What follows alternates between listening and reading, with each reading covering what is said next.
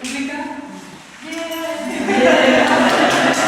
So ovaj projekt, prekrasan projekt, The East Side of Stage, v Skopje se realizira aktivnosta, stručna ravnotilnica pod mentorstvom na Walter Prete in Gustavo Aversa, ko što včeraj zažal se zadnje, kada što naši pomembni, prekrasni, talentirani, profesionalni dramski avtori, profesionalni poeti, prozisti, profesionalni novinari in pisatelji i talentirani trojica studenti od Fakulteta za dramske umetnosti, dramaturgije i dramske rešovanje, Fakulteta Univerziteta 𝑑𝑒𝑙𝑙𝑎 Srbija, učestvува aktivno, fokusirano, ko-kreativno v ovoj sozdavački proces.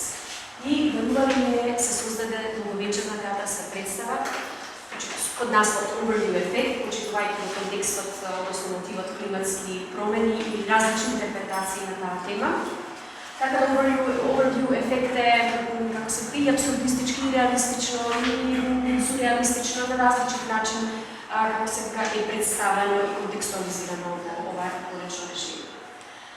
Jaz se vam pridajem se zablagodaram na predstavničkata našega gostnika od italijanskega ambasada, so koja što v 2021. godina vzpostavljene dobre soravodka, uspešna soravodka, odlična so teatr Marakuma, koji što obavljene se nagradani od publikata za najljubog predstava, kao za pesok na festivalu Drama Pitona i aktor od Salvatore Arena dobi nagrada za najbolja mašna uloga.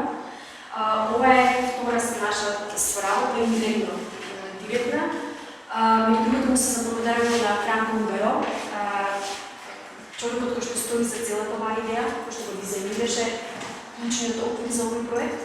Drugo što među drugim učestva i Dejan Dukovski, soravnotilnica koja što će održava vo leče prikaze srediната na mesec juni. Jaz Iskra Šumarova, kraj na mesec juni, imamo ravnotilnica zemljička za vizualna i koreografska dramaturgija Boleča, so studentite od AMA, Mediteranskega akademija. I među drugoto, našите balkanski kolegi i italijanski kolegi, zato što cel dan ovaj projekt je sušnost da se povezat umetnici do Makedonija od Balkanom so italijanski umetnici, posebno neko što se aktivni v regionu Pulja, zato to što Ministrstvo za kulturo v Italiji, ko što je vodečki kofinansijer, kako se kako podržava to interes među institucijite i među umetnicite v slovenskih in tatarskih umetnosti. I sakam da napomenam, da del Srpšta mnogo tudi talentirani umetnici, kako je to ne izirajo od Kosovo, kako Tanja Šlivar od Srbije, kako Sonja Antonori od Italija i drugi umetnici, drugi naposlenih akademiji so, kako se predstavnici na kreativните ravnotilnice, od ko što proizleva nekoliko celovečernih drame, ko što izrazak v elektronski izdanja, a isto tako bodo objavljeni na oficijalna strana Akademijata to večer. Da ne dolžam, in благодарам на заниманието, моето уживане не замерите да се фотографирате, сами да се ги читат делата и се актери. Хвала.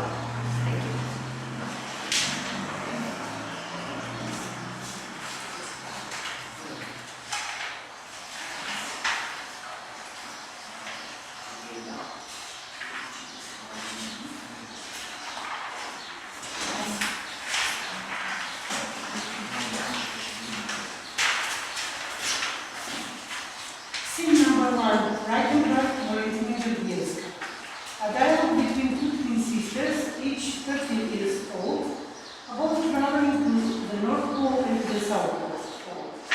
Characters, Mimica and William. I really want to travel to the North Pole, meet Santa Claus and ride a slide full of reindeer. That's not possible. I see no reason why it's not possible. Our teacher told us a beautiful story today. It's only in the stories. It's very cold there, and our bodies cannot stand it. Then let's travel to the South Pole and bathe in the sea.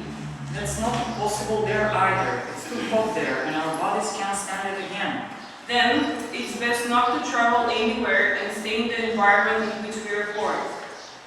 It is possible, and the best solution, our bodies is always safest in our natural environment and adapts to the conditions in which we were born and live.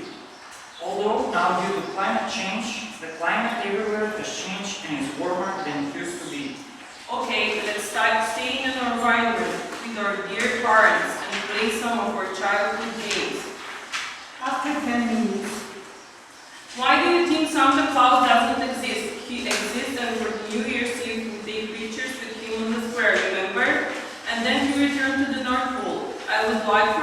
go there and for him to turn me right to his left, like in a fairy tale. There will be a lot of fun. He will ride the sled up and down very fast like on a roller coaster. Well, I don't know if you know, but at the North Pole, due to climate change, the ice is melting very quickly, and maybe soon Santa Claus will have no place where to slide his sleigh on. And his reindeer run away, and there will be no one to drive his sleigh. Didn't you hear it on TV? No, I didn't hear. Our teacher didn't tell us that Santa should be gone. She said he was carefully reading his reindeer and waiting for the new year to come and visit us again with his gifts. We could not go there by ourselves. We need money for travel. I see. We will have to ask our parents and let them come with us. Then it is best to tell them that we want to go on a trip to the North Pole with them. I don't know, they will agree, and this year, during summer vacation, we will travel to North Pole all together. And even if you don't meet your favorite character, my sister, you're Santa Claus.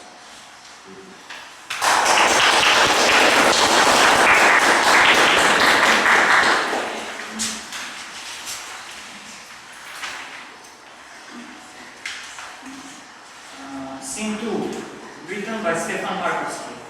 Characters, Dr. Nick. To eat or not to eat? That is the question. If I eat, I may possibly lose months of progress. That is, if the food is full of chemicals, as every food nowadays is.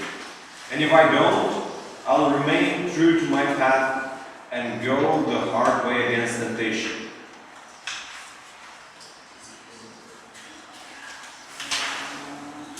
His gaze into the pages slowly starts to give the impression that he is becoming hypnotized. Damn it. It is almost as if it has eyes, looking straight into mine, calling me into a trance one cannot possibly wake up from. Takes a tomato and talks to it.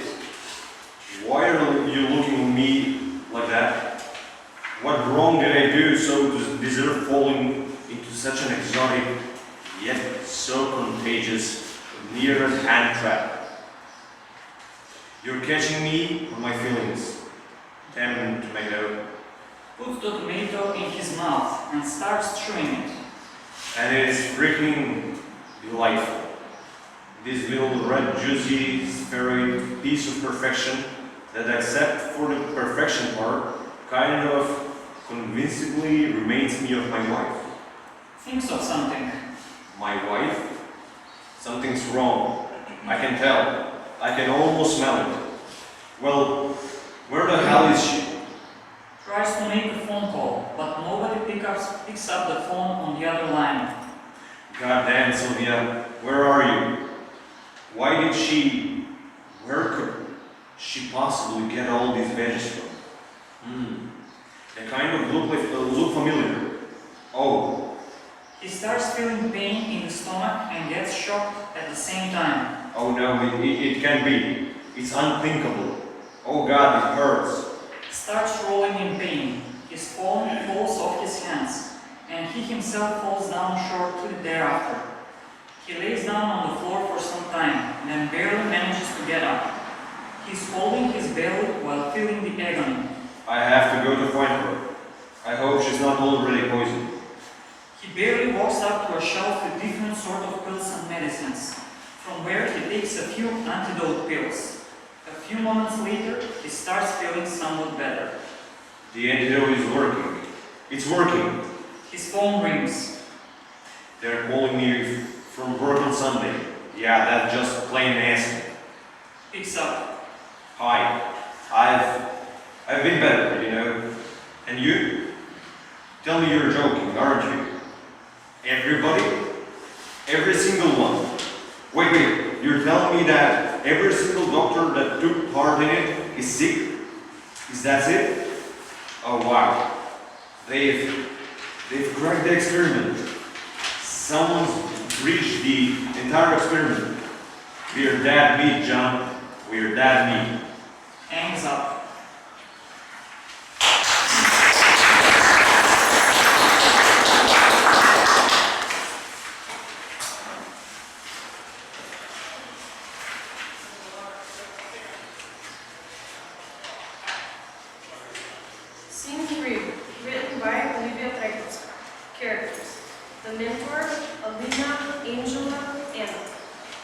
bedroom enlightened artificial light, no windows, storage boxes full of cosmetics on the floor, a vanity, a bed, and a desk with a computer on it.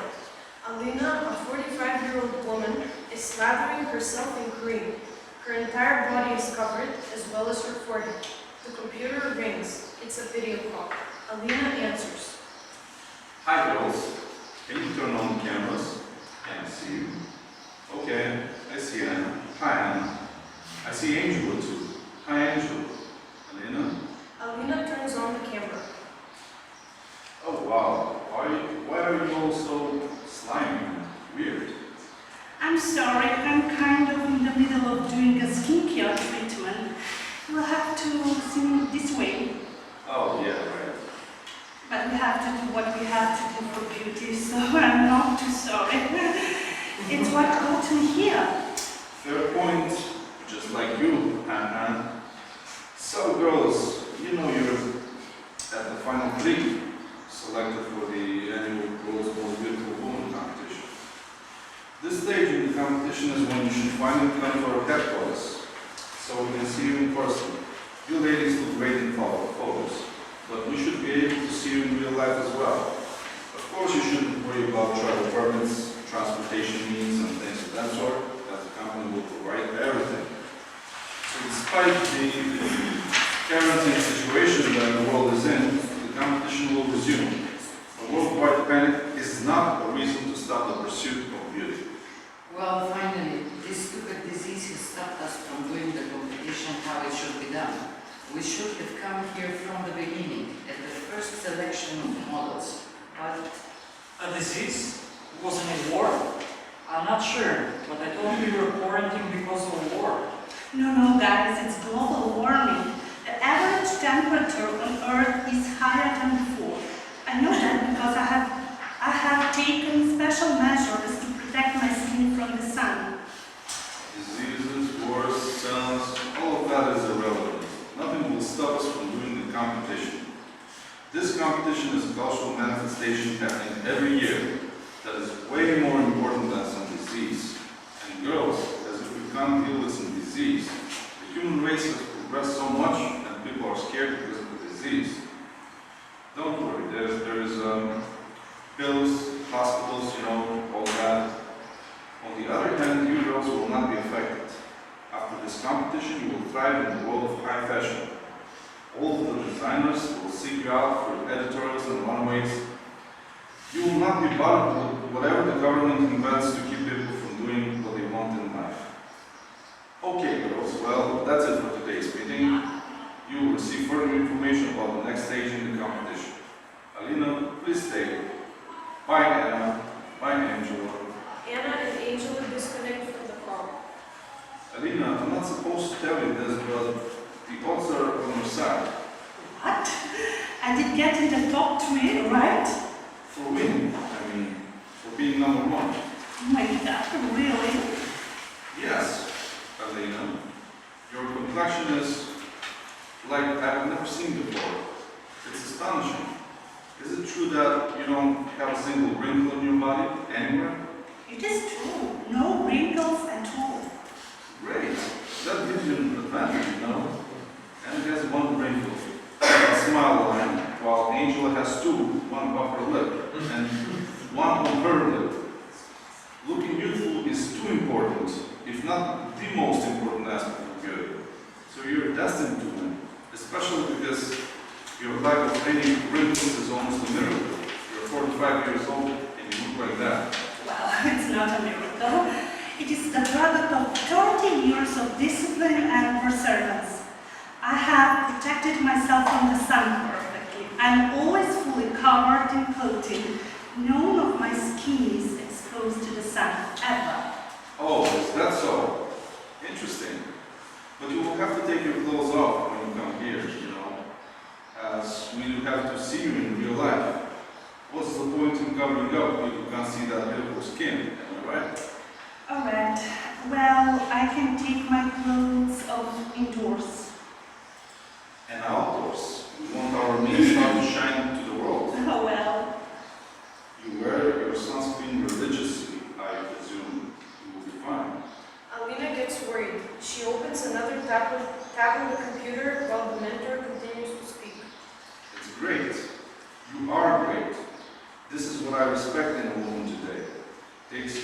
herself perfectly. Nowadays, women tend to focus on other things, as beauty is not the center of how one is perceived by others. But beauty really is the core of one's identity. The cat is placed an email from an anonymous sender. The subject of the email says, Eternal Youth Potion. Do you want to keep your skin blemish and wrinkle-free and still enjoy the rays of the sun? Click here and find out more. Yes, that's right. Beauty is the core of one's identity, especially mine. I mean, I have only done this so I can find a model. I have been trying to my entire life, but I have always been rejected. Not too pretty in the face, they would say.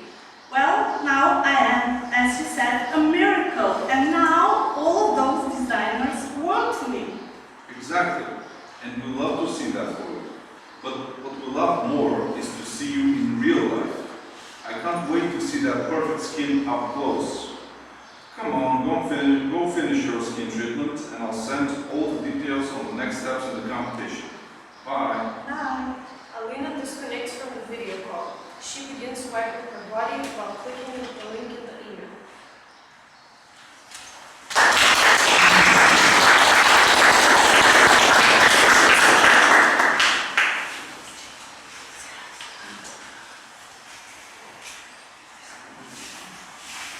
Scene 4, written by Matanichkova. Characters: Anna, an old woman; Alec, her son. A small apartment.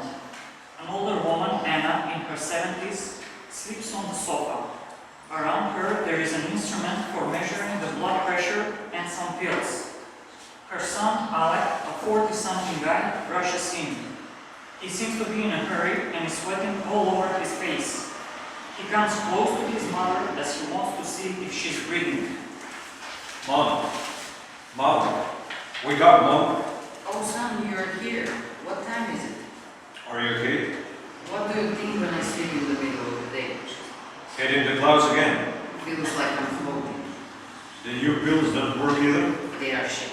My blood pressure is up and down all the time. And this weather doesn't help. It was raining this morning. Now it is hot as hell. I was delivering the wedding invitations, and I'm soaking in sweat. Let me get you a new shirt.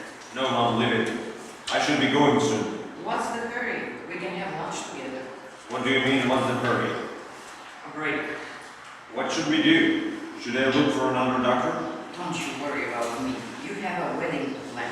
Yes, I have a wedding to plan, and I want you to be there. You're the only family I have, Mom. Mom gets emotional. You think I don't want to be there? I'm so happy this day comes. This day came. You are getting married finally. So you're coming. A break. Mom? I have to take my blood pressure. She does it. The air is filled with suspense. And? 170 with 100. It's high. It's very high. Take your pills. I did. Fuck, I hate it. Tell me about it. The son feels helpless. She feels bad about him, puts her arm around his neck. It's raining again. Maybe it'll be better after the rain. Maybe. And maybe you didn't have to make the wedding in another city. It was Sarah's wish. You know that. We spoke about it already. She doesn't like me. Here we go again. She did it on purpose because she knows I would have a problem with a long trip. I calculated. It's around 20 hours by bus. Then I'll buy you a plane ticket. I don't want you to spend money on me. Mom, you're killing me. What should I do? It's not your fault. But it is Sarah's fault that she wanted to get married to her grandma's house. No, that's beautiful, but... But you can come. Maybe it's the best I don't come. I don't want to ruin your day. What if I faint as I often do, so you have to call the paramedics at your wedding? You will always remember the wedding by that. So there's no other option. Okay, if you insist, I read something. Tell me. You think I'm crazy. No, tell me whatever it is. I know a place where there is no change of weather. You do. Tell me. No, better not. Tell me, Mom. It can be very interesting. Say it already. Space. Space. Space. Space. Yes, space. We do wedding in space? No, Now you think I'm crazy. I told you. No, just very creative, of course. Of course I think you're crazy, Mom. What the fuck? Oh, okay, Sarah can give a suggestion which can be approved, but your own mother, A phone call. It's Sarah. tell her about the suggestion. Hey, honey. What? When did this happen? There's a month till the wedding. We can repair the house already. No? Okay, I get it. What happened? There was a flood in the whole city and her grandma's house is ruined. The mother tries not to show her happiness. So sad. Wow. So, space, We have to do it here. even better. The best. No buses, no planes, no space. Your hometown. Beautiful. She hugs him. Yeah, I guess. But now at least there's no dilemma. You're coming, right? Of course I'm coming. No dilemma for me. No dilemma at all. But now that we are talking openly, do you have a dilemma maybe? Me? No, why? Are you sure that Sarah is the best choice for you? Mom!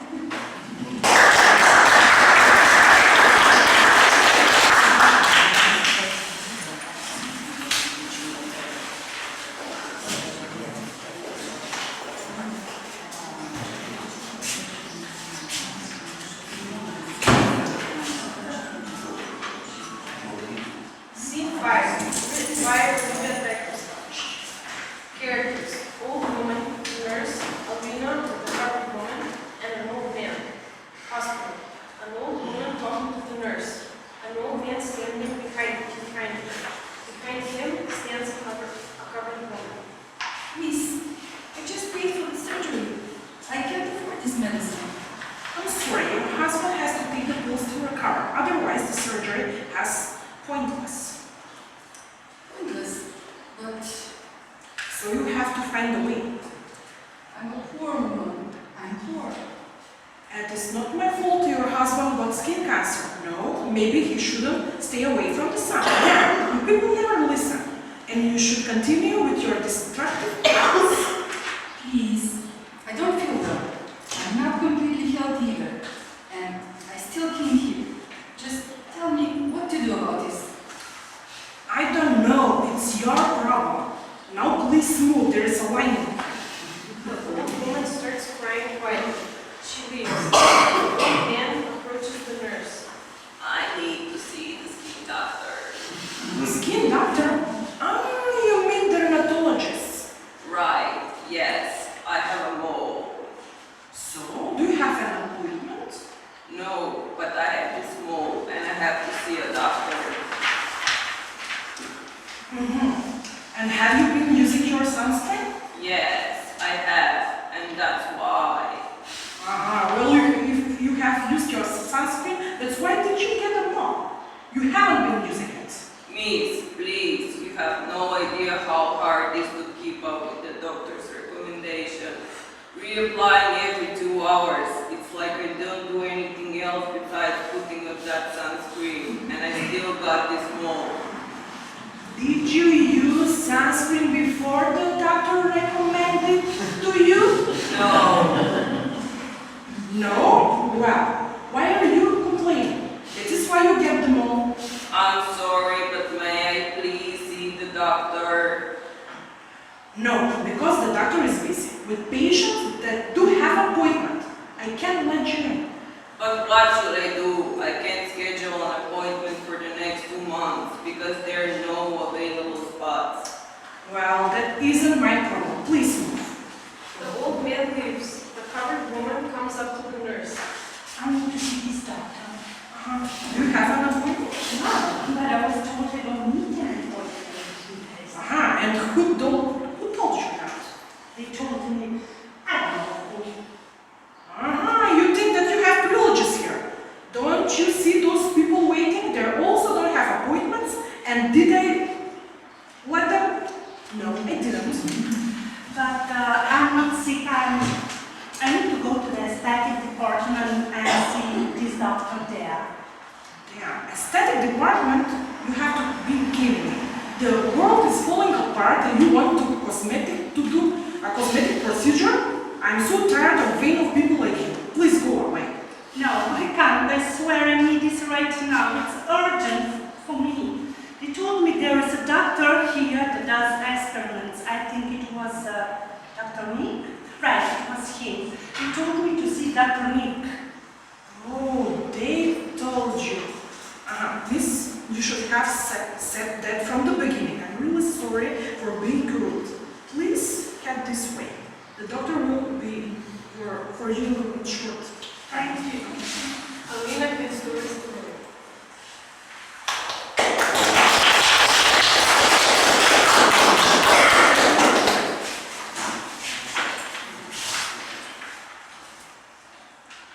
Scene 6.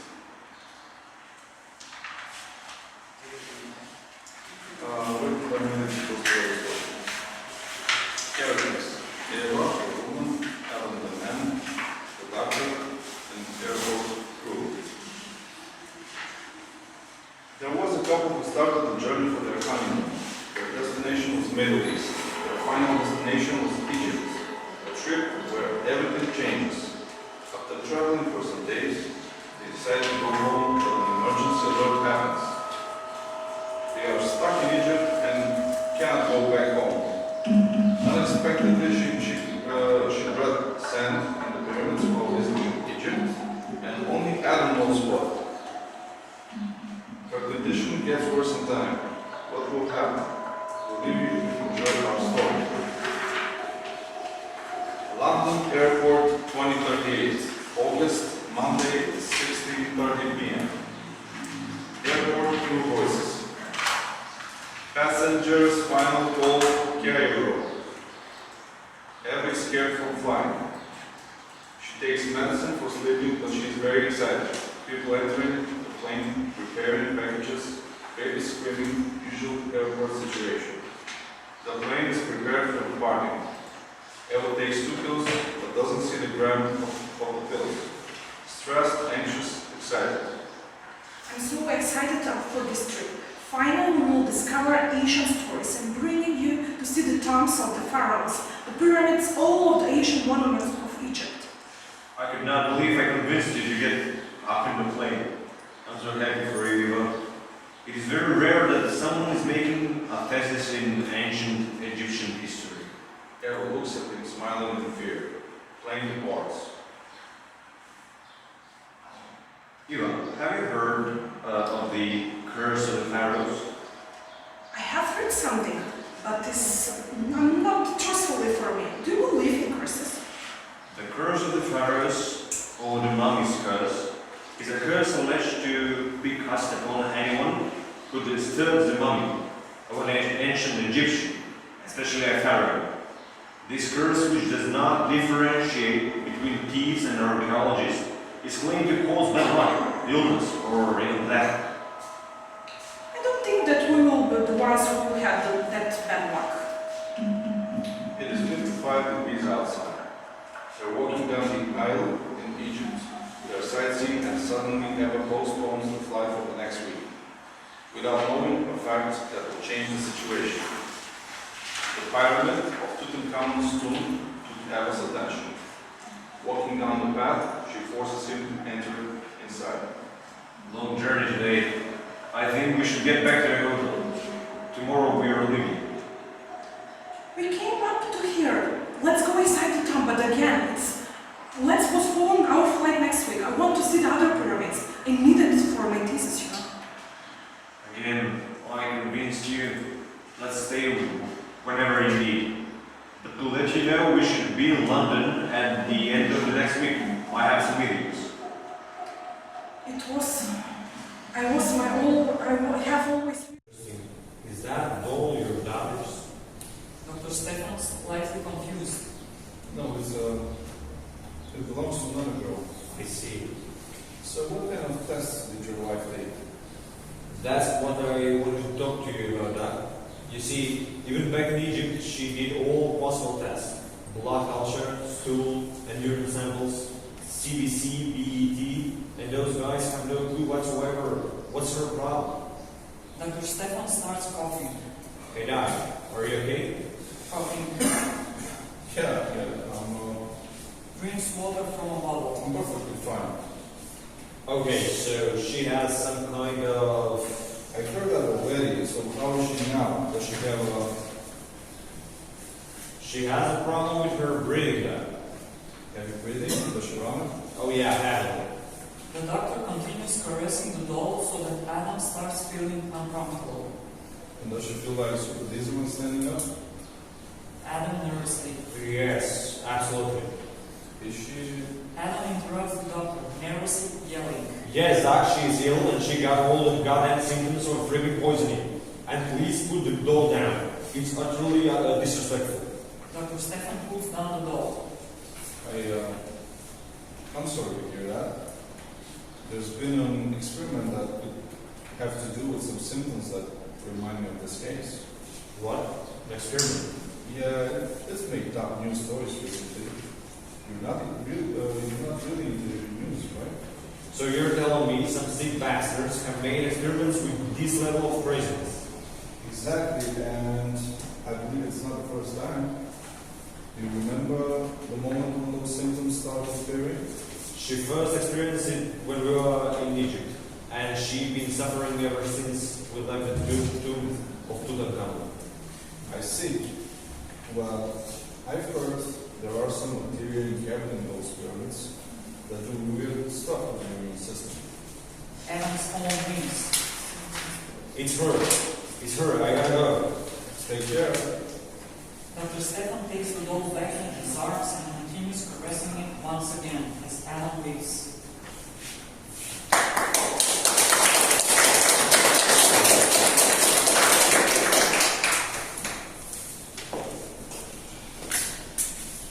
Scene 8. Using the Matanichkova Monster. Characters: Philip, the husband, Anna the wife, Nina, the daughter, and the boys from the team. Temperatures are unbearably cold in the northern hemisphere of the Earth. The new year is approaching and the last inhabitants are taking the last plains and leaving the north to the south. The wife and husband talk to each other. Their teenage daughter is in the same room, playing with the poodle. Philip just came back from work, sat on the sofa, and started fidgeting with his hands and feet. This job is killing me. I'm watching every person living. There are fewer and fewer people every day. I think we are one of the last ones. I'm now at the exit gate all the time. I know, I have the same feeling. All the streets are empty. I'm hoping that something will come up. But it is only this snow that is falling from the sky. What are we going to do with it? We are eating the last reserves of food. Listen, Anna, I've already asked for help from every single person that I know. Our closest ones are all dead. Our friends have already gone to their friends and families, and there is simply no place for us. And I have written so many emails. The ones that wrote back answered negatively, but they were polite at least. I even applied to the Ministry of Immigration, and they said that they couldn't help. What will we do? Should we go south by ourselves and be homeless, or stay here till the end? Anna whispering to Philip. Or maybe we should all kill each other. Why nobody wants us? Listen, guys, yesterday after the hiking, I wrote a poem. I got inspired while we were listening to Frank Sinatra. It's called The Silence. Do you want to hear it? The music starts. Frank Sinatra killing the softly. Deep in the mountains, we hail the winter, walking step by step, enraptured by the last miracles of the sunset, the dust in the sky through the clouds. The cities murmuring below, wrapped in the fog and vague, fill the silence of the unspoken with Frank Sinatra's verses, killing me softly with her words, killing me softly with her song. Making New Year's wishes. We wish to be at some other place, in some other, better time. That's nice, even though it's melancholic. But when are you going to write something more positive? Anna just looks at him with bitterness. Please, Philip, don't stop. Anyway, I forgot to tell you the great news. I got an email from Steve. He said that we can stay at their house, but they don't have a place to live. Maybe the best solution is to leave her behind. There are still people here that will not migrate for anything in the world, no matter what. She will bring joy to their last days. Nina, listening to every word of their conversation. But Mommy, Daddy, Linda will be scared without us. I don't want to leave her alone. She will die by herself. You go, I will stay with her. Linda, listening to her name, runs in and starts jumping on her back legs, reaching with her front legs to Nina and feel that Anna, rubbing her curly fur against everyone. She is like a punching ball. Linda, do your own streets. Linda alerts when she listens to the keyword streets and sits on her back legs, waiting for her reward. Linda, sit. Linda doesn't move. Stand up. She stands up. Turn around. She turns around, jumping on her back leg. Now lay down. Linda listens and takes orders from Nina. You're a smart girl. Nina is hugging and kissing her. Look at her. She is smiling. Here, jump. Linda fetches the tree in the air and is happily waving her tail. Look at her, Daddy. She loves us so much. How on earth can we leave her? Mama, I can't live without her. You go. I'm staying with her. No, Nina, stop with the nonsense. What shall we do without you? You know that you're the only reason to stay alive? Nina is leaving the room all in tears. Anna to Philip. Let's leave Linda on the street. She is strong and will manage all by herself. I've heard about that great vet, Dr. Orson. He has already saved so many animals. We can leave Linda with him. But how will Nina get? She will be broken. Anna, either we all die here with Linda, or save each other. We'll buy another dog in the south, but still, it wouldn't be our Linda. We will ask Dr. Olson to take care of her for a couple of days until we come back. And we'll tell him that we've lost our passport and the pedigree. We shall name her Noah. Anna, trying to hide her tears from Nina. Nina, we are all going together with Linda. We have found a place to stay. Yes, I'm so happy. I love you, Mommy. I love you, Daddy. Anna and Philip hugging Nina. We love you too, sweetheart.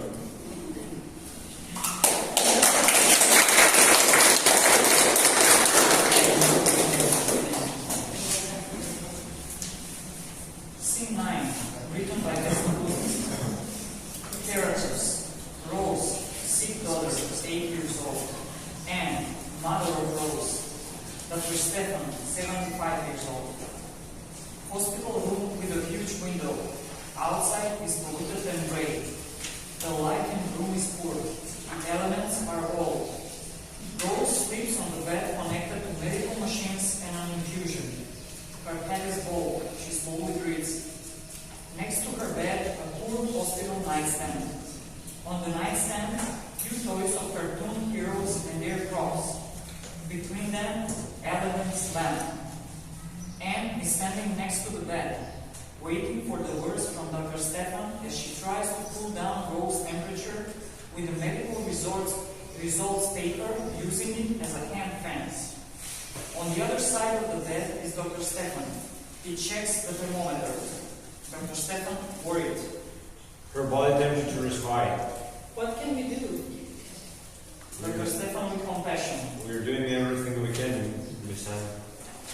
Anne takes a deep breath and nods with her head and continues trying to cool down Rose's temperature. Dr. Stefan tries to break the current unbearable silence as he slowly starts to go closer to the window. These days, you cannot find a single person who doesn't have increased body temperature or increased number of diseases. Shows at the gray window. Look at this world, my dear. Just look outside. No birds, no bees, no flowers, lack of water, lack of air, but floods, heat strokes, wildfires. He tears up. His voice shakes. He looks outside the window. What have we done? Short silence. He turns to Anne. If I could change the place with her, I would gladly. I just want to go again. Weeps, and suddenly looks at her watch. Oh, it's almost 9 a.m. It's our turn for the fan. Anne gives the paper results to Dr. Stefan. He takes them and continues to use them as a can fan. Anne furthers away. She heads to the door, but comes back. From the nightstand, she takes the Aladdin's lamp and puts it next to Rose's pillow. She touches her face and exits the room. As she exits, Dr. Stefan starts to read the results. He starts to walk up and down while reading. His steps become faster. Rose opens her eyes. Hello, Dr. Stefan. Dr. Stefan stops, smiles, and turns to Rose. Well, hello there. Am I getting better, Dr. Stefan? Let's see. You know, today I want you to meet someone very special. Rose lifts up her head. Really? Who? Count to 3. Dr. Stefan turns his back on Rose. He makes a simple paper doll from the medical results paper. In the meantime, Rose counts. As she counts, she slowly rises up on the bed, getting him an almost sitting position. 1, 2, 3. Rose tries to pick what Dr. Stefan is doing. 3. I said 3. Hey, Dr. Stefan, are you maybe deaf? I said 3. Anne enters carrying a fan and turns it on close to Rose. What is this noise? Rose, you're up. Suddenly, Dr. Stefan turns to her, changes his voice, and starts to revive Mr. 𝑃𝑎𝑟𝑒. Mr. 𝑃𝑎𝑟𝑒 waves to her. You? And who are you? I am Mr. 𝑃𝑎𝑟𝑒 𝑑𝑒𝑙𝑙'𝑎𝑡𝑡𝑜𝑟𝑒. I work in this hospital since long time ago. I check on children's well-being. Today I'm here to visit you, my dear Rose. Mr. 𝑃𝑎𝑟𝑒, you know my name. I know all the children's names. I know everything.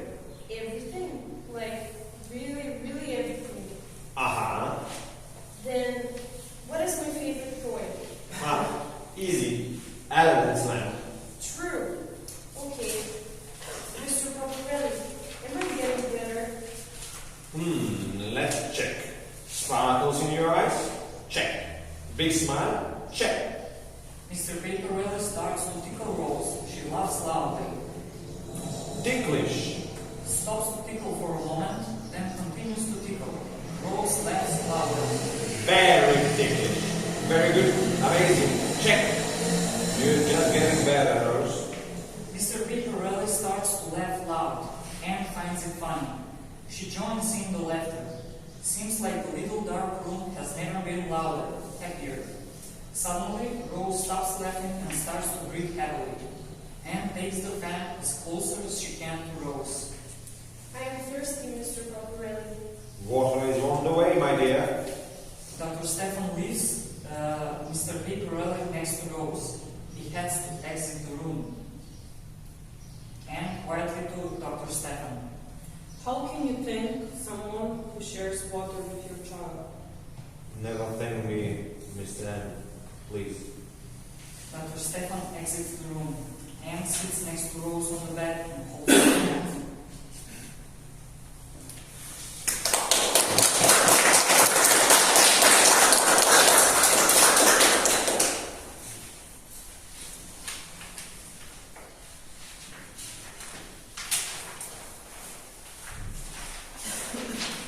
Scene 10. Something right in circumstances. Characters. Dr. Orson, Anna. In front of the veterinarian ambulance. It is slightly raining. Anna is carrying her dog Linda in one hand, and she is carrying an umbrella in the other hand. She is devastated. She knocks on the door. Slightly after that, Dr. Orson Bear, a veterinarian, opens the door. We're closing, lady. It has been hell of a day.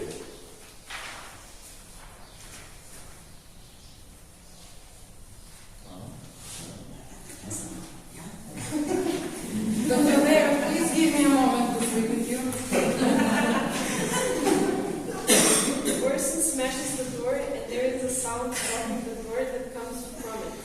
Anna kisses her dog and leaves it on the floor. I'm sorry, Linda.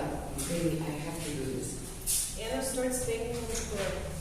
Doctor, please open the door. It's urgent. It's so urgent I can't wait. Orson opens the door slightly and speaks from inside. This is a veterinarian clinic, not a barn. You're destroying my reputation with this behavior. I have to leave my dog here for today. She's not feeling well.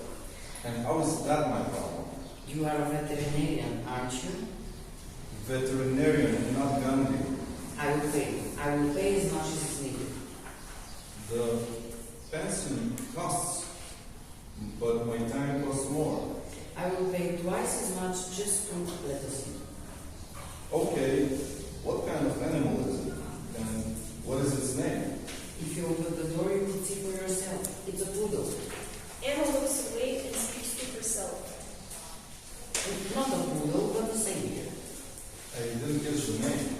Anna gets Linda in her hands and kisses her. It's called Noah.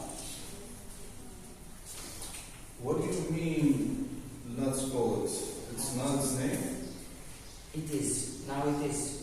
They both get inside the clinic.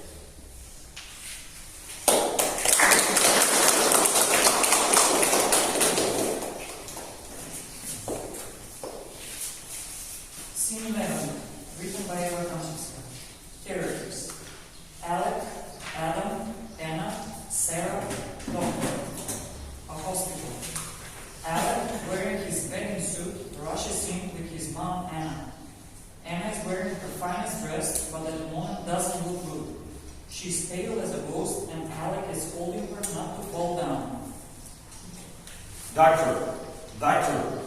Nobody comes. Adam, sitting in the waiting room, comes to help Alec with his mother. They try to get her to sit down. Thank you. There are no doctors. They are all on their break. I can't believe this happened to me. You seem like you're coming from some celebration. My wedding. Oh, congrats. Thank you. I am having the time of my life. Did you have too much to drink? How dare you? No, she has problems with her blood pressure when the weather is changing. So all the time. Alec nods. Man, to be in the hospital on your wedding day. And I thought I was miserable. Why are you here? My wife got sick on our honeymoon interviews. I'm sorry. Yeah, I don't have luck with my wife's. You have more than one wife? Not in the same time. This is my second wife. Oh, okay. I don't think I'll ever have a second wife. You never know. Mom, I guess you feel better then. She's right, your mother. No, I found the love of my life. Good for you. Agreed. Sometimes I think it was a mistake I divorced my first wife. You think so? I know it is a terrible thing to say when my wife is lying there so safe. I won't have. Alec clings to him. Thank you. Feels good to get it off my chest. I got you. At that moment, Sarah, Alec's wife, enters. She is wearing her bride's dress. Alec, what happened? How is she? Sarah? I don't know. You two know each other? No. Yes. No. This is your wife? Yes, why? No reason. Congrats. What's going on? At that moment, the doctor comes. Okay. Whose turn is it? Let's go, Mom. No, I want to hear how they know each other. Mom? She and Alec enter the doctor's office. So, long time no see. Don't you dare ruin this for me. He doesn't know I was married before. An honest relationship, I see. What are you doing here? My wife is here. Oh, my curses finally got you. Got her. Sorry. I don't... Just don't say anything, please. Don't tell. Oh, no, I won't. Adam kisses Sarah at the same moment when Alec and Anna come out of the doctor's office. Alec is shocked. He starts shaking. Doctor, I think his blood pressure is getting very high. The doctor takes Alec away. I knew you were fake. I knew from the beginning. Anna leaves. Sarah looks at Anna with disgust. Want to grab a beer?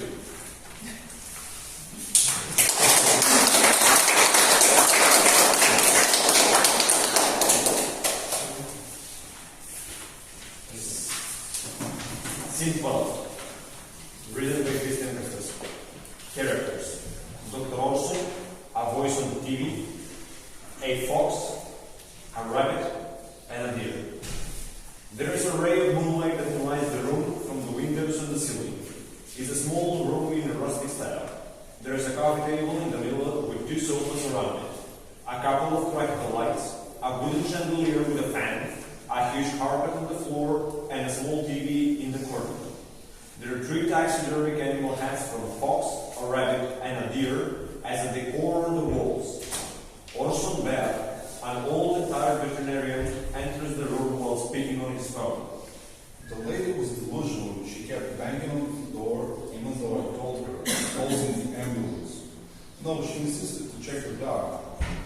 Orson sits on the sofa and puts his legs on the table.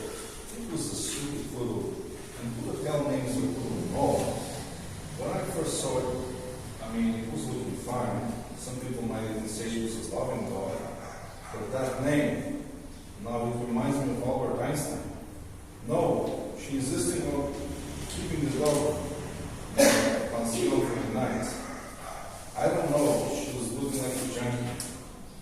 Okay, I'm getting sleepy. Just want to tell you that there is one more to the punching. That's all. Okay, yeah, bye. Orson puts the phone on the coffee table. He puts the small practical lights on and turns on the TV. The sounds that come out of the TV are from a TV show about hunting animals. Wrong gun, pal. Gave you a gun permit. From that distance and using the scope, amateurs. There is a commercial on TV about the endangered species and why people should stop killing some of the animals. We live with them, so why don't we stop them from living with us? Don't be the Trojan horse in the animal kingdom. Be a decent human. Would a lion know how to behave on a tea party if he was invited to one? The hypocrisy. Orson changes the channel. He is again connected to hunting animals. Son, get your ass out of there. You don't know there are alligators in that pond? Those guys are nasty. Orson looks around the room. He is looking at his trophies, the taxidermic cats on the walls. There are only rabbit, foxes, and one deer. I've never killed nor saved an alligator. Who'd like to save an alligator anyway? Nasty creatures. Orson is getting sleepy. There is a commercial for dogs on TV. Have you heard that most of the pets look like their owners? They are like a mirror to ourselves. Don't let people think you sing. We can't off you, but maybe a poodle. What do you think? You can definitely just fetch my poop. Orson slowly falls asleep. It's starting to rain. The TV is losing connection and now only static noise comes out of it. The animals on the walls start to talk. Do you think alligators have homes? Did you have a home? I definitely did. A nice home with solid walls. It was nicer than this. What would an alligator need a home for? To store our families in the freezer? I was just imagining how the head of a horse and bear would look on the walls. The animal starts laughing. The rain is getting a lot stronger as the law. Orson's phone starts ringing. Orson wakes up. He's dripping out of sweat. Orson looks around. He's scared. He looks at the heads of the animals on the walls. Orson answers the phone. Yeah? Of course I'm sleepy. What time is it? I had a little drink. Doesn't matter. Why are you calling? Yes, it is raining. What? Are you there already? No, it cannot be flooded. If the streets are flooded, I cannot get out of the apartment. But I will try to get there. Alligators. What? That can't be. How can there be alligators on the streets? Okay, are you already there? Answer me. Someone save the animals in function. Who? Who did that? Noah? Noah who? Oh, the poodle. How the heck can a poodle save all the animals? Are you on drugs? No, I cannot get there. You just said there are alligators on the streets. The room is starting to float slightly from the sides. Water is coming from the stage from left and right, making the floor wet. Orson sits on the couch. The lights start buzzing and the light bulbs are bursting out. The animal heads and the walls are laughing. Suddenly, everything stops. A ray of moonlight gives a spotlight to Orson, who is sleeping on the couch. Orson wakes up. He gets on his feet and looks around. He turns on the main light, the chandelier that is in the middle of the room. There is a little bit of water coming, that is dripping from the ceiling. Orson gets out of the room. Where do you think he went? Swimming? Do you think he is capable of that? Orson gets back in the room. His feet are wet. He closes the door and calls someone on the phone. Go there fast. No, I can't get there. The streets are flooded. Yes, I live close, but it's really deep and I don't have a car. I don't know, it seems like there are alligators in the waters. No, I'm not serious, of course. Noah in the cage in the last row. Noah, yes. Orson looks around. The water is getting on the stage again, both from the sides and from the ceiling. Orson approaches the trophies on the walls. There are quiet sounds of animal screams. Orson turns his back at the animals, trying to get to himself. He gets all the heads of the animals off the walls and put them on the chandelier to save them. After that, he sits on the sofa. He's devastated. After a couple of moments, his phone rings again. Yes? Are you there? Who is that? Is that Noah's bar? We have him for one night. What about the other animals? Okay, I'm coming. Orson gets up and decides to get out of the room, but the floor gets inside and knocks him out on the floor.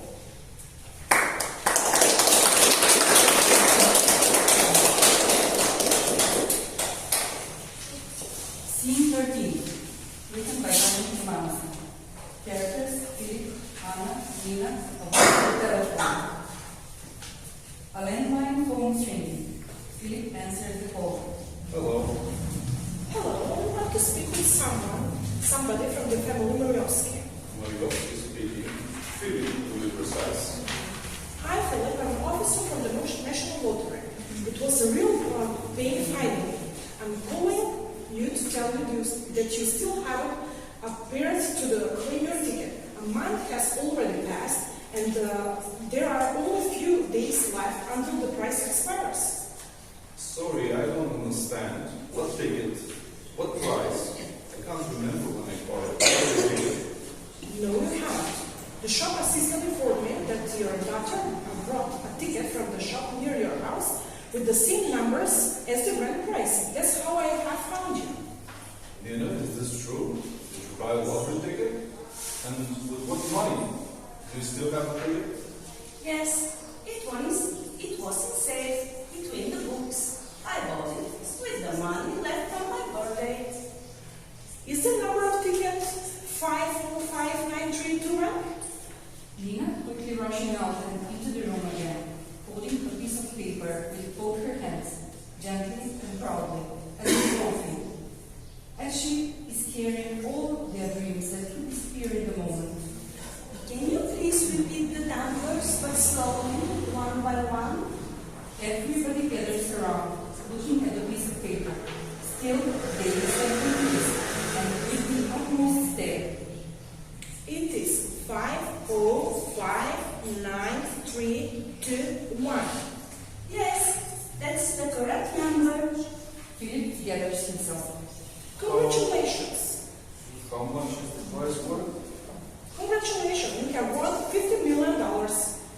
Nina, not knowing exactly how much money is that amount. Does this mean that we are rich now?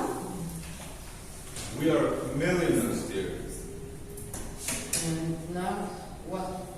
Let's pack our bags immediately. We can take Linda with us and buy a whole hotel in the south now.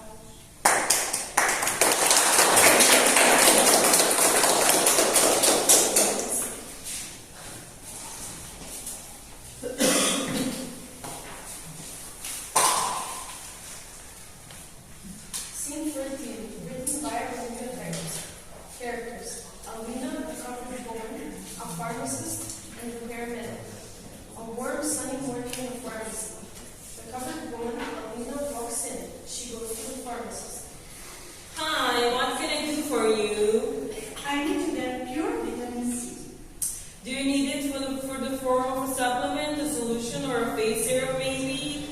Just pure vitamin C. Well, nothing is 100% vitamin C. That's very hard to come by. What do you mean? It's very hard to purify. We have a powder that's 99%, if that's what could work for you. No, it can't be. What do you need it for? It doesn't matter. My doctor underlined that it should be 100%. Oh, you need a lab grade vitamin C. We do have a powder, but it's only sold to professionals. If your doctor needs that for you, they could come get it by themselves. So, you don't have it?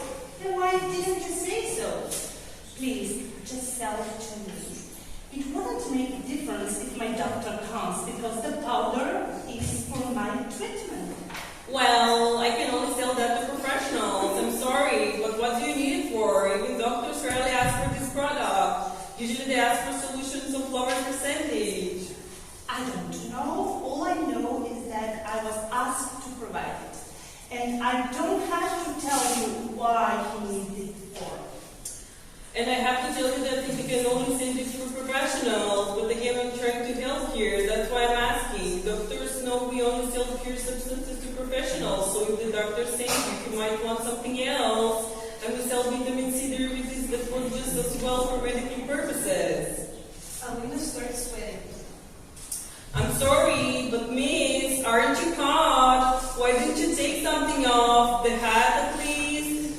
Pure is the best. That's what the doctor said. Okay, well, I still can't give it to you. Alina starts getting dizzy. You aren't feeling well, darling. Take something off, please. You'll faint. No, I cannot be exposed to the sun. I don't want my skin to age. The pharmacist calls the paramedics. But it's way too hot. You won't age in a couple of minutes. Don't change the topic. I'm hot and I want to leave as soon as possible. Just give me the vitamin C. I'm sorry, miss. I can't. You should try a different pharmacy or... Listen, I need this right now. My doctor needs it today to make medicine for me as soon as possible, so I can finally take all of this off. So I have to travel soon. I have to have it before I leave. I don't have time to go somewhere else. I don't understand why you need it, but it doesn't matter because I can give it to you. This medicine that I need vitamin C for is what I need, so I can finally take my clothes off. Don't you get it? Please. Don't you know how hot I am? But I can't be exposed to the sun. Give me the box, or I will take it. I will go behind the counter and I will physically take it from you. Alina faints. The paramedics come and start undressing her. She gains consciousness. What have you done? Give me my jacket. Alina starts crying. Miss, you're way too hot. This is why you fainted. She reaches for the jacket. I don't care. Don't you dare take anything off. Don't you dare. The paramedics give her the jacket. She loses consciousness again.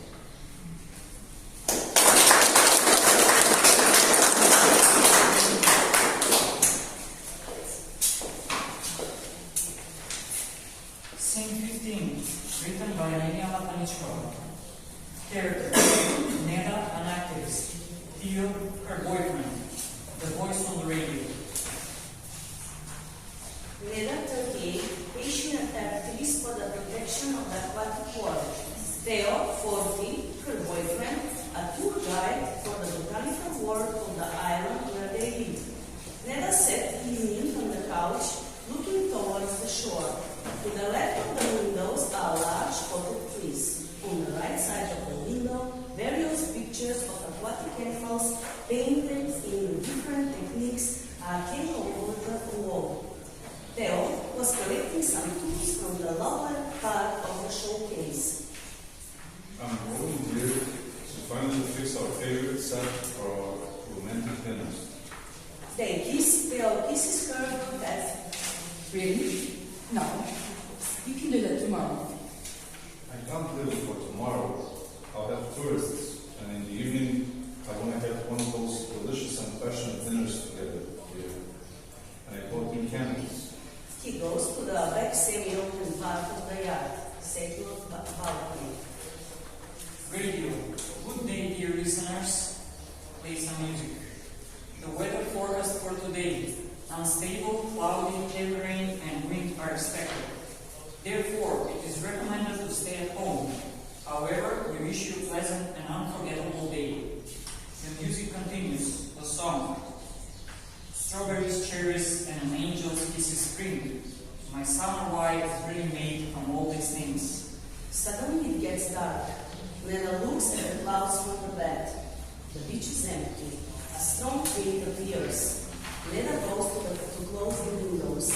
She carefully observes the ocean, examines it as if she hears something, some sounds, but she doesn't know what they are. Quickly closes the windows and goes out in front of the house and heads for the shore. The waves were still good for surfing. She got on her surfboard and headed for the choppy circle. On the surface of the water, she saw small parts of someone's body like gray little fingers. A bigger wave took her a little to the right, pushed her away, and at that moment a terrible scream from something big appeared on the surface of the water. It was a sea lion entangled in a net. Oh God! Come on, Nano. This is the moment. Show your bravery and uncompromising with yourself. She sailed back to the beach. There was no lifeguard on the beach. She ran up the stairs where his seat was, opened his bag, and took 2 jumps. The water was even more turbulent. Not far away, it started to thunder and flash. She climbed on the board with both knives at her hands. Life is not only about collecting roadside garbage, showing beautiful things to tourists. I am part of this water and everything in it are not only the ones I see, the turtles and smaller fish. Now is the time to seek something huge and wounded, alone. The sea lion raised his head out of the water. Neda saw his eye, sad, frantic, scared, and terrible. She rushed to the board to him, catch a piece of the net. Come on, baby. I'm here. Don't be scared. She cut the pieces of the net. The lion thought he could fly freely, but there was still much of net. The water became choppy. The support moved away. Neda jumped into the water and dived to cut the net, and one knife slips from her hands. Enough to cut through part of the net, you just need to hold up under the choppy water. Be strong, Neda. Be aware. Neda floats to the surface, exhausted. The lion was freed. The support came close to her. With the last of her strength, she grabs onto it. Theo swims out to her and carries Neda unconscious body to the shore. And there is a song. Nothing's gonna change my life for you.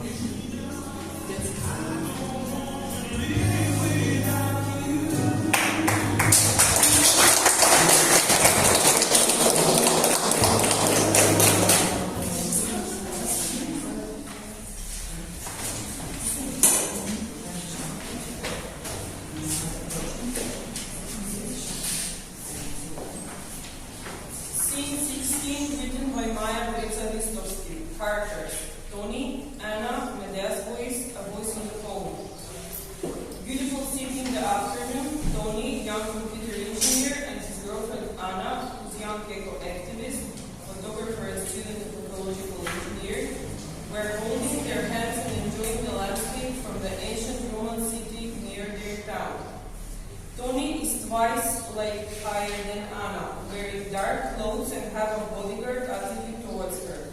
Anna is lovely, petite young lady, summer dressed with bird design and backpack with her professional photo camera. Tony and Anna know each other since they were so young because they live in the same building. Tony is putting something back in his pocket. Anna stopped with the walking, excited what she saw, took the camera and started shooting. Wow, what a manly beauty. This theater is a masterpiece. I'm so happy that they were built for the audience. Can you see the nature here? That's how we should live as a conscious society. The trees and flowers smell fresh. I can breathe pure oxygen. Hey, you're not listening to me at all. Anna turns and see how Tony is on his knees. She was in shock. No, this isn't happening to me. I'm so young. She whispered. You're not used to look at me like this. It's my first time. He laughed and take out the box from his pocket. Do you have already some special idea? Anna take the bags and suddenly she overreacted. How can you not know me from my whole life? So, what is this gross plastic box that is not acceptable? You should even think a little bit more for such a big day. Tony stands up and found himself offended, so he yells to Anna.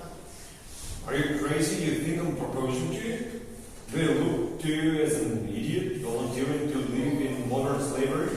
Anna found herself shocked and ashamed and starts crying. Not even if you were 10 years older? Tony was still angry from his rejected plastic box. No, my lady, your problem is not the age. I constantly hear you brainwashed follicles repeating like a parrot. Climate change is this, organic that. You obviously never had export even a village. So that's why I brought you to an antique one to be more romantic to you. Anna turned red in her face and jumped and slapped his face. You are a total moron. Go live with your computer and clothes only. He starts laughing loudly. Maybe I'm a moron, but romantic one. That's why you love me. What should I do to pleasure you, my equal majesty? Anna calms herself and takes her camera back. Be invisible and stop pissing me off. At least you can be more funny and creative. Tony starts running downhill towards stairs to reach the antique stage. I can't be invisible. I'm the master of comedy. She starts acting. Youth ages, immaturity is outgrown. Ignorance can be educated and drunkenness soberly. But stupidity can last forever. Oh, young boy, open your mind before you depart. Anna starts laughing so loud she makes an echo in the whole antique city. Maestro wants an applause to continue. Suddenly, a heavy rain started and big hail cubes that had pink color started to fall from the sky. Anna watched the color in shock. Here are the results of poison gas. Several tubes failed on her head and he lay down without consciousness. Tony was running upstairs towards her, grabs her in his arms and he starts yelling. Help! Help! Anyone! I wish I could fly to the nearest hospital. He desperately was running to the city exit to try and get a cab. Anna slowly opens her eyes. Who are you? Tony smiled and was so happy seeing her being better. I can be your holy giant, head slave, whatever you want. She steps on her feet and looks at him. Oh, how generous of you. Be invisible and bring me the energy of the black holes. In between, I will be exploring my equal flocus for the National Geographic. She starts running to the exit and Holloway, who starts to float. Big water came suddenly. Tony was running to catch her. Anna, come back. Come back, please. Let's come back uphill. It's safest. He catches her in the last moment to save her from the big water coming and continue running uphill. The rain stopped and a beautiful rainbow showed up in the horizon. Anna was still in shock. She listened to strange voices in her head. Time that sees all things has found you out. Of all creatures that can feel and think, we women are the worst treated things alive. Tony stops and looks amazed in the rainbow. We live in the trajectory of pollution now. Instead of Tony's ringing, Tony answers his call. Tony's mom. Tony, where are you? Don't come back to the town with Anna. It is all flooded. We lost Grandma outside. Pray for her. I have to call all services. No way. We'll find a way to arrive as fast as we can to help. Tony and Anna start running towards another exit, hoping that it's not true.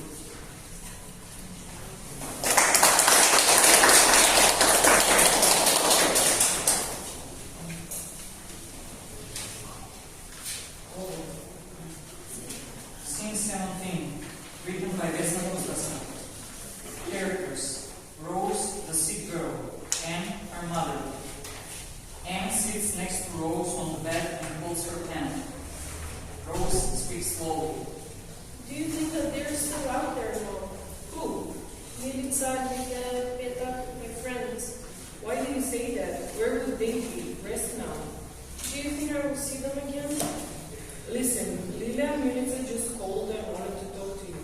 Something about Peter, but when I told them that you were sleeping, they insisted I shouldn't wake up.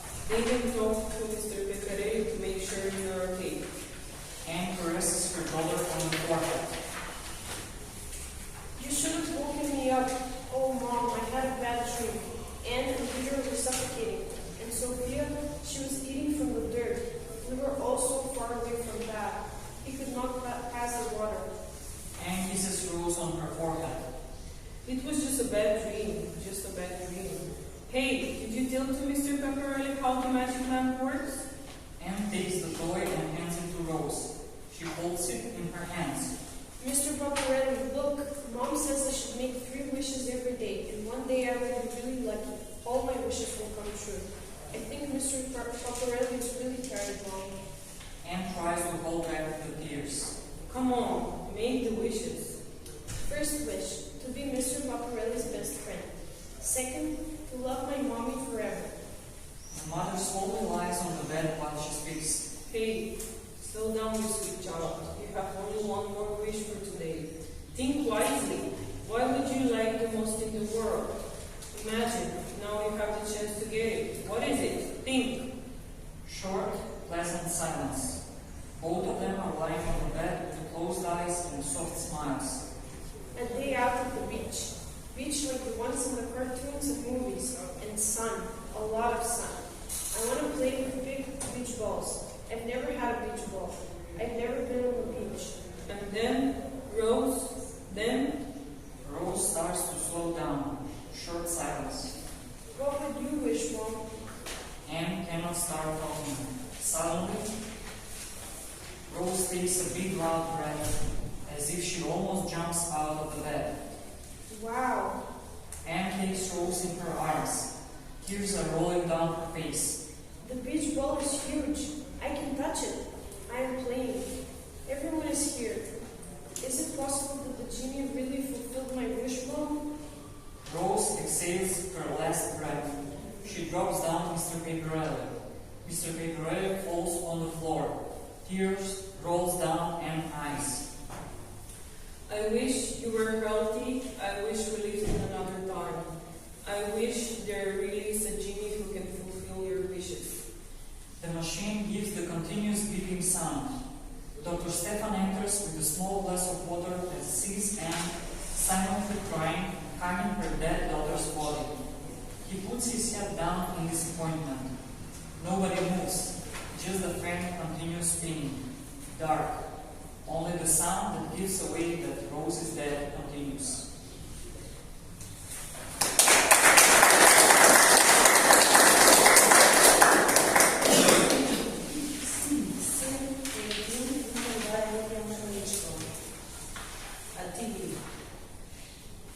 In the Atlantic Ocean, in an island, I want to become a real hero. It's about 𝑀𝑒𝑑𝑖𝑎. She is 30 years old, and she is an activist for the protection and rescue of aquatic animals. She saved a sea lion and hung it in a net during a storm, strong waves, and rain. Her health condition is not good, but it's not life-threatening. There is a video in which 𝑀𝑒𝑑𝑖𝑎 is laying in bandages.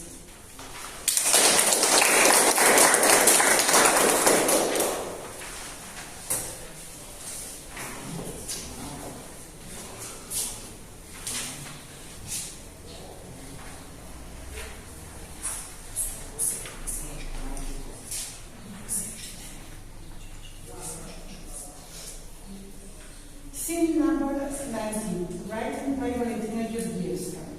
Characters, Milica and Lila's mom, Rose's mom. Scene on the phones. Hello, Rose Myers here. She studies together with your daughters. Hello. I'm glad you're calling. Of course, I know Rose. She's a good friend of my 2 daughters. Rose told me that Milica and Lila want to go to the North Pole to meet Santa Claus. I know it's a child's dream, but it's good that you and your husband as parents agreed to take them to such a distant destination. Oh, it is our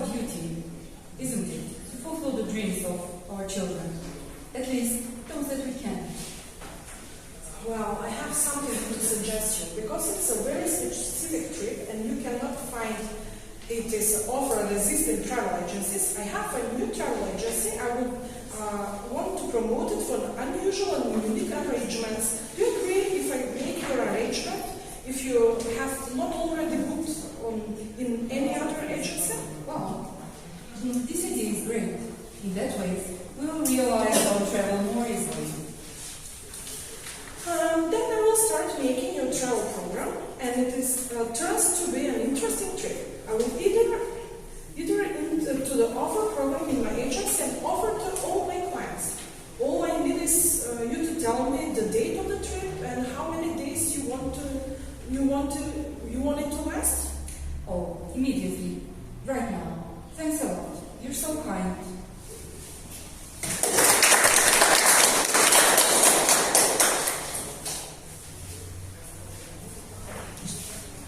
Scene 20, written by Olivia Rex.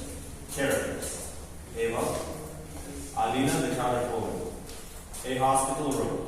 Eva and Alina are on two separate beds in the room. Alina is still fully clothed. Suddenly, Eva awakens and she is hallucinating. Doctors, help! I have a mommy next to me. Eva screaming awakens Alina. What? Where am I? Doctor? Doctor? Both women are screaming for the doctors to come. Doctor, there is a mommy next to me. The curse is real. It's real. They drink the potion?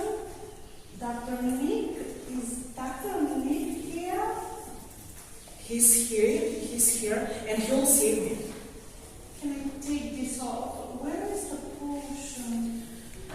Tutankhamun wants to kill me with the potion. Wants to kill me? Who wants to kill me? No, Dr. Nick, you promised there was a chance I will survive. Dr. Nick wants you to survive? Dr. Nick wants to kill me? Oh no! Am I dead? No, I can't be dead. I'm speaking. I'm breathing, so I'm alive. I took the potion and I'm alive. And eternally young, the most beautiful. I can finally take this off. Alina begins to take her clothes off. Oh, Tutankhamun is coming to life. Help! He came back from the dead! Alina gets up from the bed. Eva panics and takes off her infusion. I can see the gold snake on his crown. He's uncovered. He's rising from the grave in front of me. She runs out of her room. Alina goes to the mirror on the wall. She looks at herself, carefully inspecting her face. What? A wrinkle? No. Alina screams loudly. What does it mean? Oh no! Is there initiation? And am I dead? Oh no! Did I die so Tutankhamun come back to the life? This isn't fair. I didn't agree to trade lives. Alina starts scrubbing her forehead with her hands. It will be fixed. My skin, my perfect skin, soft like a feather. Like a feather. Feather? Oh no! I'm on a journey. Oh no! Please Tutankhamun! I can't give you my heart. I can't. Alina continues aggressively scrubbing her skin. Yes, I can. I can do this. Okay, wait. Eva leaves the room. It's going away, yes. She stops scrubbing her face. The wrinkle forms again. She starts screaming again. Eva enters holding a bloody human heart in her hands. Here. With this heart, with the weather of the scale, I'm a god person. I shouldn't wait more to the feather. I don't want to go to hell. Eve throws the heart at Alina. Alina looks at the blood everywhere and faints. What? Tutankhamun? He died again? He's died again. Doctors and nurses rush into the room. Some begin restraining Eve. Some go to wake Alina. I saved myself. Are you listening to me? I could be died by a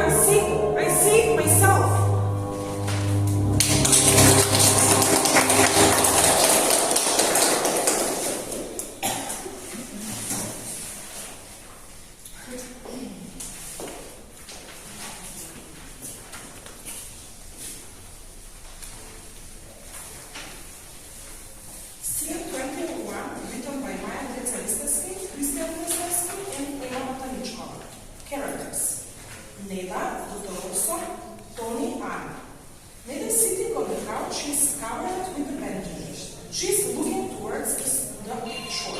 Out of the windows on the left, there are large potted trees. On the side of the windows, there are various painting aquatic animals painted in different techniques hang all over the wall. Dr. Orson is entering in the room.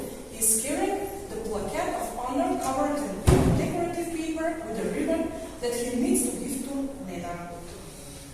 Good morning, my precious angel. I'm so honored to be here and give you this prestigious award. I'm so amazed by your magnificent work. Neda is trying to stand up, but her body hurts. Orson signals with the hand not to bother. He comes closer to her. Neda is talking slowly, and there is a pain in her eyes. Good morning, Dr. Orson. Thank you for coming. You're welcome. Don't bother, dear. How are you doing? Are you getting better these days? Tony and Anna rush in through the main door. They seem to be in a hurry. Anna is carrying a camera in her hand. Tony is carrying a glass of orange juice that he gives to Neda after he sits next to her. I can't believe he is also here.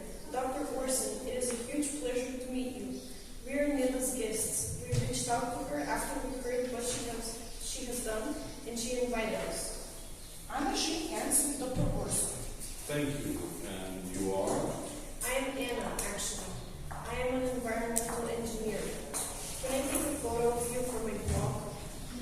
Orson is a little bit confused, but he stands there and looks in the camera where Anna is taking his picture. After that, Anna shows Orson the photo of the camera. You have a great vision from these windows. It is truly a little paradise. Orson turns back to the window and noticing the paintings on the wall. He comes closer to the paintings. These animals.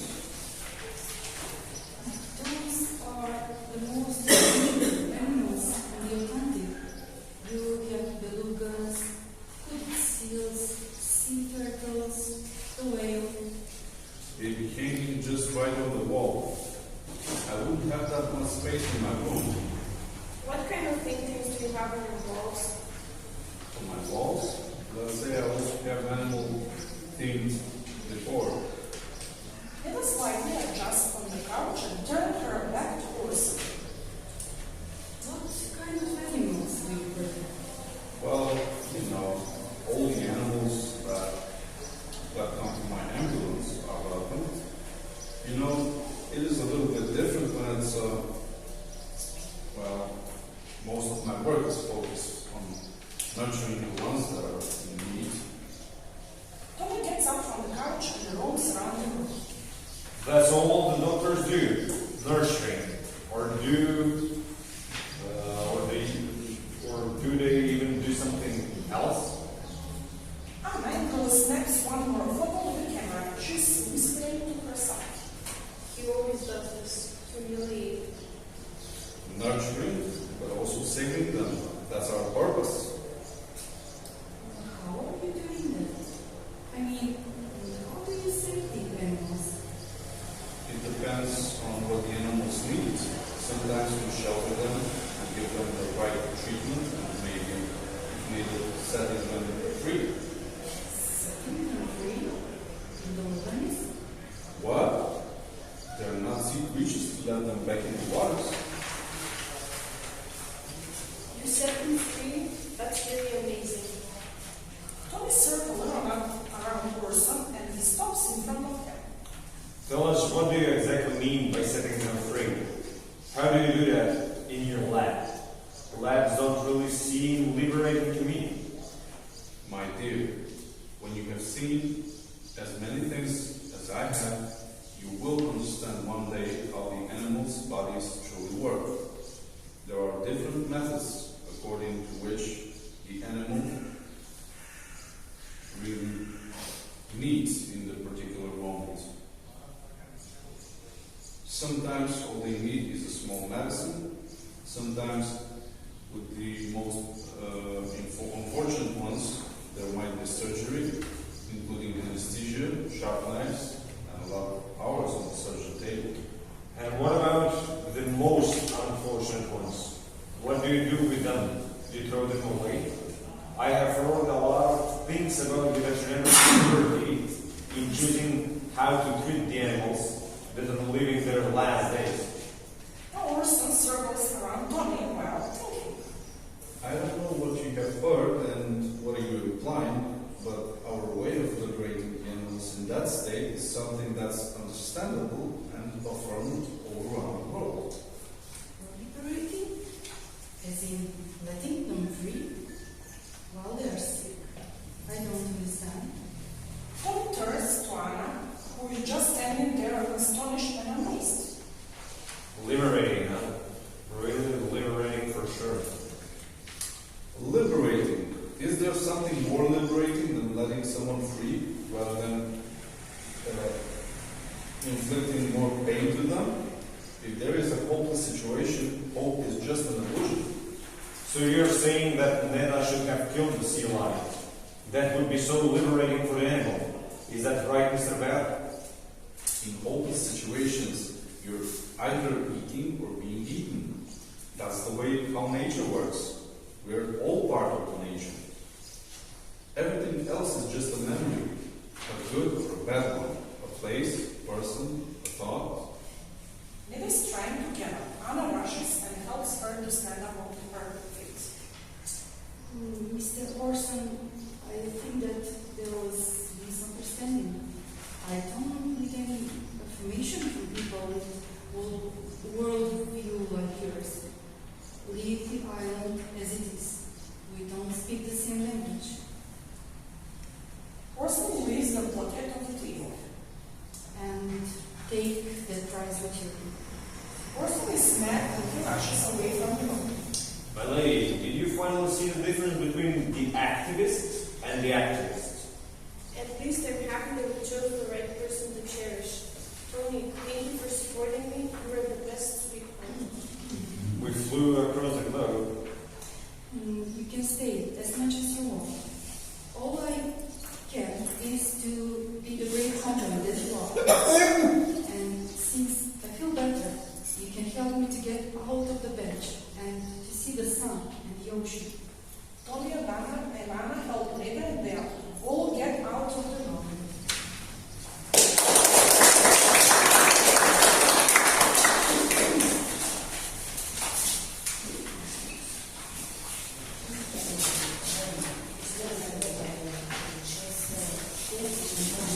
Scene 22, writing by the characters. Milica, Prete, mother, father. In the North Pole, 10 months later. Look, Mom, how amazingly beautiful the green glaciers are.